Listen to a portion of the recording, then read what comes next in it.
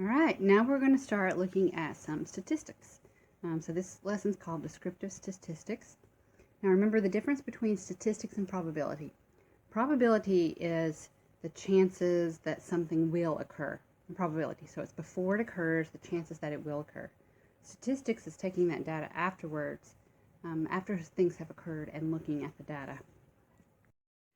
So we can look at the way that the data is distributed. So we're going to describe distributions of data here.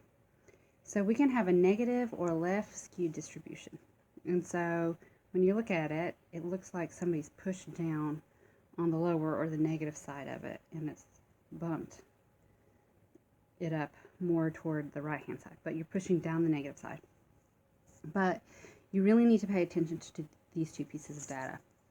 So in a negatively skewed distribution, the mean is less than the median. So the mean is lower than the median, and the majority of the data is on the right. So the majority of the data, it pushes it up here, and the tail extends down here to the left. But pay attention to where your mean and median are at. In a symmetrical distribution, you will have your mean and median are there together, and the data are evenly distributed on both sides of the mean. And they're approximately equal. They don't have to be exactly equal, but they're really close in there together. And then a positive or right skewed, you push down on the positive side, so it pushes everything over to the left. So in a positively skewed distribution, the mean is greater than the median, and the majority of the data is on the left. So for both of these, for any skewed distribution, the mean is closer to the tail. For both of them, the mean is closer to the tail than the median. So outliers cause the mean to drift, but not the median. So when you're choosing measures of center and spread to describe the distribution, first examine the shape of the distribution. First look at the shape. If the distribution is reasonably symmetrical and free of outliers, then use the mean and standard deviation. Okay? So you guys remember, mean is the average. Making sure. Median, since we keep talking about it, is the middle. And of course, if it's even, you have to add up the two in the middle and average those. So add them up, divide by 2. The mode is the most often. Okay. And if the distribution is skewed or has strong outliers, the 5-number summary, which is your minimum, quartile 1, median, quartile 3, and maximum, usually provide a better summary of the overall pattern of the data. All right, so let's look at this example. We have a lab that grades all of the students. And this is also a keyword right here. It's all of the students in a biology class are shown. So first we're going to construct a histogram, and we're going to use our calculator to do that. So you're going to go into Stat on your calculator, go over to Edit, and then put all of your data into L1. And so we don't have 2 lists, we just have 1. And then once you're done,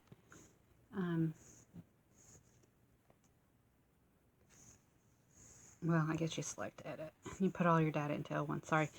Then you will go into Stat, go over to Calc, and then you will pick one variable stats, which is number 1.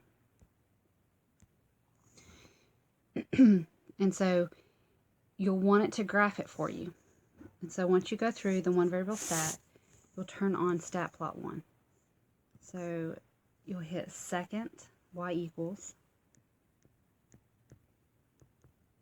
and you'll turn on plot 1.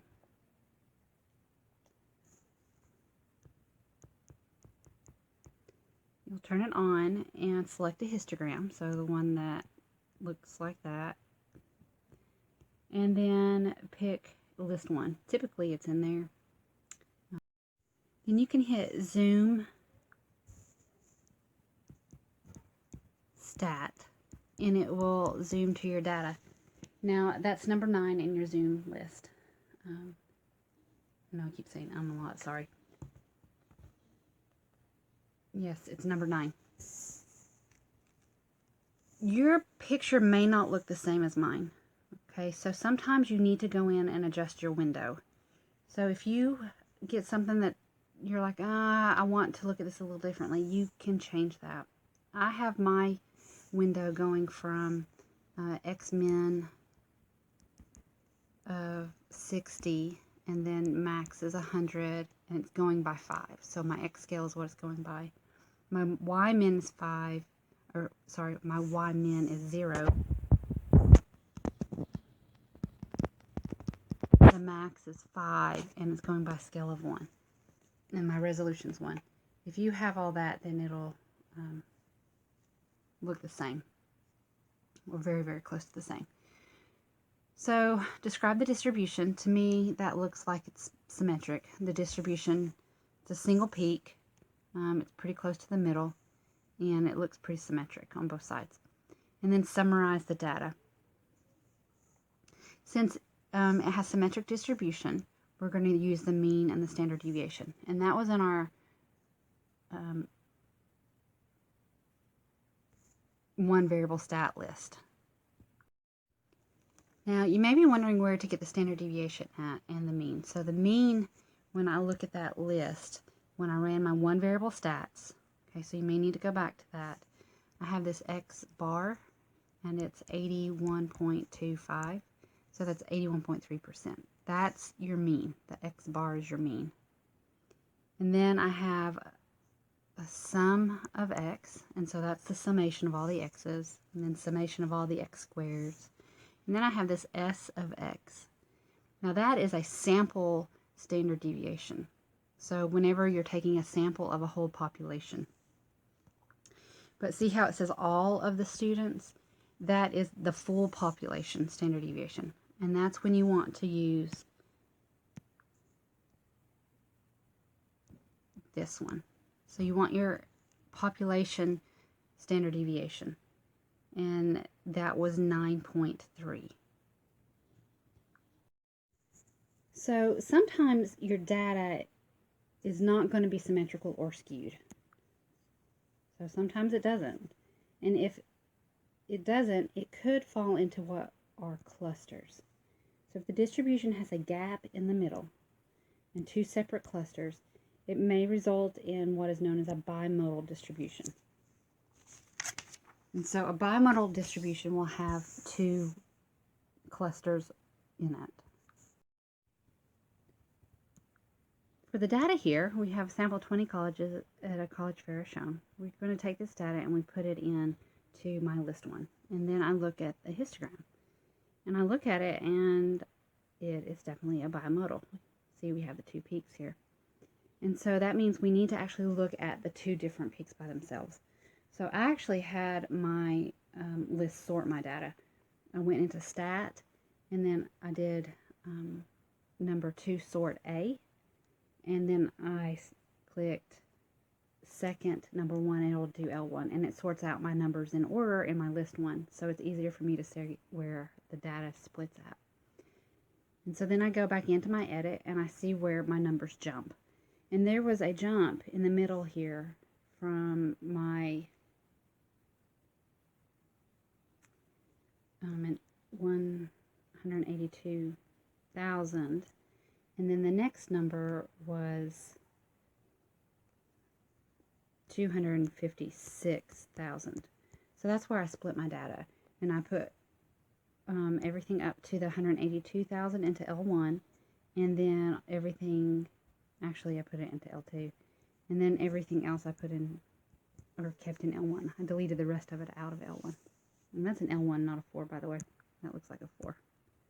It's an L1, list 1.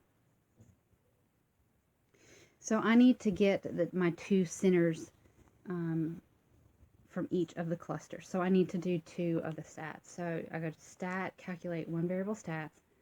I'm going to do list 1, and that was actually my higher numbers right here. And I got my mean was 31,866, and my standard deviation I need to know if it's a sample, and it is a sample, so I need to use the sample one. So the S of X is what I need. Sample was 3009 or 3010 because we're going to round it. So 3010. And then I need to go back and do the same thing for my L1, my list 2. So I need to change it to list 2 and calculate the same thing.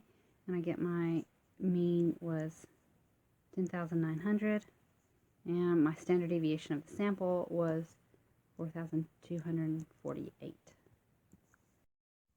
So here's another way to look at the data. Instead of using histograms, we can use box plots or box and whisker plots that you did back in middle school at some point, hopefully. So symmetry here.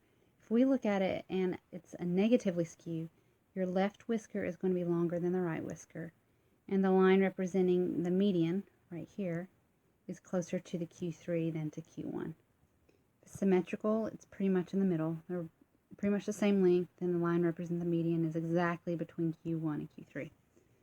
And then if it's positively skewed, we're going to have a longer whisker on the right, and the line representing the median is closer to Q1 than to Q3. So we start out these problems the same way. We go into our L1 and we put all of our data in, and then we're going to construct a box plot. So to get the box plot, when you go to your stat plot, so your second y equals,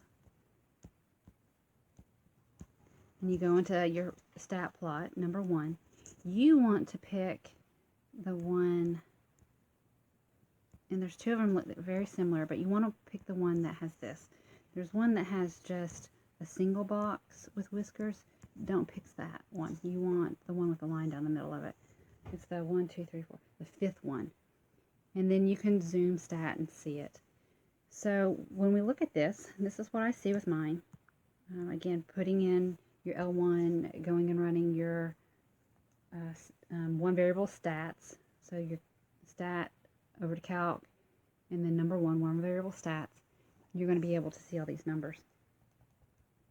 And it will graph it for you. So I look at the picture of it, and I see that this left whisker is definitely longer than the right whisker. But if I look right here, that the median right here, it's pretty much in the middle. So it is not closer to the Q1. So the distribution is neither skewed nor symmetrical. And that's possible. You can have it to where it's neither. So pay attention to that box and that whisker, okay? And since there are no outliers, the mean, we go back and look at our data that we got, or actually you can use it in your calculator when you're looking at this plot here. It will tell it to you. You just have to hit trace, and you can see the median. So, but for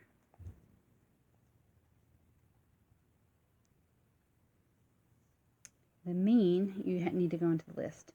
So the mean is 7,775, and it's a standard distribution of 1,092.49. It can be used to describe the distribution. So you want to use the mean and the standard deviation to describe it because it's not skewed or symmetrical. Now be aware here that we're going to use it because it's not symmetrical or not skewed, so we're going to use that. So that's justifying our choice. This one we're going to use the population standard deviation, and your book right now is using that because they're saying that this is all the data we know, and because that's all the data we know, we're going to use that as the population and not just a sample. So sometimes we have 2 sets of data and we want to compare them. We compare this data looking at 2 different lists. So we're going to put our data into L1 and L2 and do our stat on both of those, and then plot them both having 2 stat plots on. So like stat plot 1 on and stat plot 2 on, and then look at them. So comparing these spreads, First, we can compare, sorry, their measure position. So right here, remember this is the median. And so this was one 15-year period and this was another 15-year period. Looking at the first 15-year period, and just know that that's my first 15-year period, I can say that the mean is greater than it was for the second 15-year period. Sorry. Some other things that I can see, and there's a lot going on here, is that this is, so my Q1, remember this is your min, Q1, median, Q3, and max. So my Q1 is about the same as what my max is. So that's another thing that I can look at, which tells me here that 75% of this data, so each section, this is 25, 25, 25, and 25, about. Usually that's what you'll find. Well, it is what you'll find. That 75% of the data for the first 15-year period is greater than all of the data for the second 15-year period. So we can also look at the spread of the data, not just comparing each thing, but the spread of the middle part of the data. So if I look at the spread right here, we'll just look at the center spread, and I can say that the middle half of the data, which represented by the box, is roughly the same size in each distribution. So that's about the same spread, about roughly. Therefore, the variability in the number of whatever that represents is about the same. That spread is about the same in both of those 15-year periods. So here's another set of data just to give you something more concrete than this 15-year period and that 15-year period. So for here, the number of home runs hit by Major League Baseball in 1927 and 2007 by the top 20 home run hitters is shown. Construct a side-by-side plot data of each set, then display the data. Then use this display to compare the distribution. So right here they are. So we have 2007 and 1927. So this is our 2007 data, and this is it that I just circled in red, and circling in blue is 1927. So if I look at that, the max, well, the median number hit for 2007 is greater than 1927. So the median is the middle number, so we're going to want to compare those. And then the max value for 1927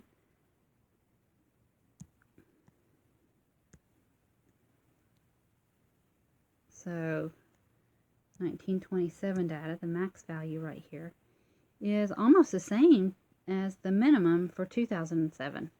So that's kind of interesting, is that the highest number hit in 1927 is about the lowest number hit in 2007. The number of home runs was significantly higher than those in 1927. So each distribution is skewed positively. So they have a longer positive tail, and the median is closer down to the lower end, the Q1s. So each distribution is skewed positively. However, the spread of the middle of the data in 2007, so the spread, so how far apart in the middle of the middle data, right here, the spread for 2007 is smaller than 1927. Therefore, the variability of home runs in 1927 was greater. So there was more variation in the number of home runs hit in 1927 than there was in 2007.